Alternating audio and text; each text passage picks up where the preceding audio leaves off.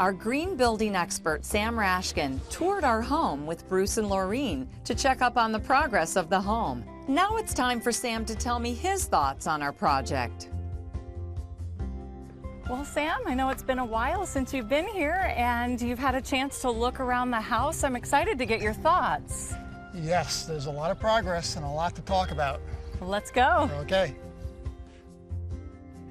So Amy, let's start in the basement. Sounds good. It looks nice and cool in there too.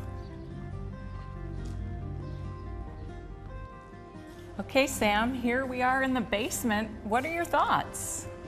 Well, Amy, if you may remember, I think last time we talked about how in a high-performance home, a basement actually performs almost just like the upstairs space. Right. So it's like getting bonus space almost for free. Let's talk about some of the innovations and technologies that are down here that make that possible. Great. I think it all begins with these outside walls, which unlike in a typical house, they would be concrete. This is an insulated concrete block technology, which means the insulation's on the outside and the concrete's poured in the inside. Kind of the inverse of a normal concrete block. And what's amazing about this technology is it creates a complete blanket around your basement wall that makes it much, much more comfortable. The walls stay much, much warmer in the winter. So you can be down this space and feel a lot better. But that's just the beginning. On the walls that are on the outside, you'll notice that they're like normal construction and they have lots of windows, so a lot of daylight to make this space feel really good. But those walls also are 6 inches thick. Most framed walls are 4 inches, so you're getting like 50% more insulation. On top of that, those walls are being wrapped with 1 inches of rigid insulated board. And that's going to make a complete blanket on those walls as well. So this basement's going to feel really comfortable in the summer and the winter. So really good technology. And lastly, in the old days when we built with wood construction, we'd have solid wood framing throughout the ceiling. And if you look here, you see these open trusses.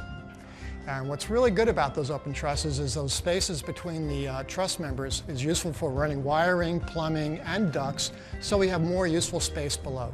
So this basement in a high-performance home really feels just like the space above with all these new technologies. Oh, nice. It sounds wonderful, and I wish I had all these features in my home. Well, let's go. I know. Oh, well. Let's go upstairs then and see what's up there. Sounds great. Okay. Well, Sam, we're on the main level. There must be a lot of insights to share. I'd love to hear your thoughts. Yes, just like in the basement, I think there's a lot going upstairs here we should talk about as well. And some of it's similar, some of it's different. Let's talk about what's similar first, which is, again, we have 6-inch wall framing running around the entire outside of the walls. And like in the basement, that framing is going to be covered with 1-inch rigid insulation board. Now, let me explain why that's so important upstairs when I didn't downstairs. Look at all the framing on these walls. Does it look like a lot of wood to you? It does. Yeah, even though this is advanced framing with maybe 20% less wood than in a conventional frame wall, leaving more space for insulation. What we find is there's still a lot of wood in the walls. And that's significant because we're losing heat 5-6 times faster through wood than through the insulated wall. And so it's good that we have more depth, 6 inches for insulation and less wood, but we still have a lot of thermal highways for heat to escape and in the summer for heat to come in. So that rigid insulation board is really important on the outside. It's like putting a complete blanket around the outside, and it creates an amazing difference inside. What it effectively does is keep the surface temperature on these walls warmer in winter, cooler in summer. And that's so significant because there's 40% more impact surface temperatures on our comfort than the ambient temperatures. Is that right? Yeah, so we really have to realize how important that detail is. I think in high-performance homes, anytime you can wrap the insulation around the outside, very, very significant. All this is going to make the upstairs just like the downstairs. Really comfortable, really efficient. But I want to mention one more detail. This is a very special design. You notice how high ceilings and vaulted ceilings everywhere? Well, it is, and you see these a lot in homes. And, I kind of wonder, is there a loss of energy with the higher ceilings? Yeah, I thought you might ask that. And a lot of people do worry about that. When I have 10-foot ceilings or vaulted ceilings, what's going to really happen to my energy needs, my utility bills?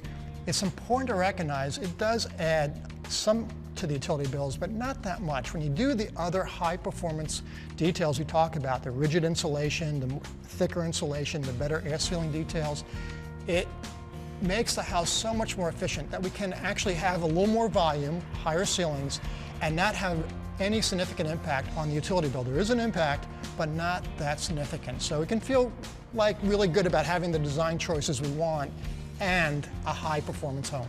Well, great, thanks for that. I love the look of this, and I really appreciate you coming out. Your insights are so helpful and informative, and I can't wait to have you back. That will be great.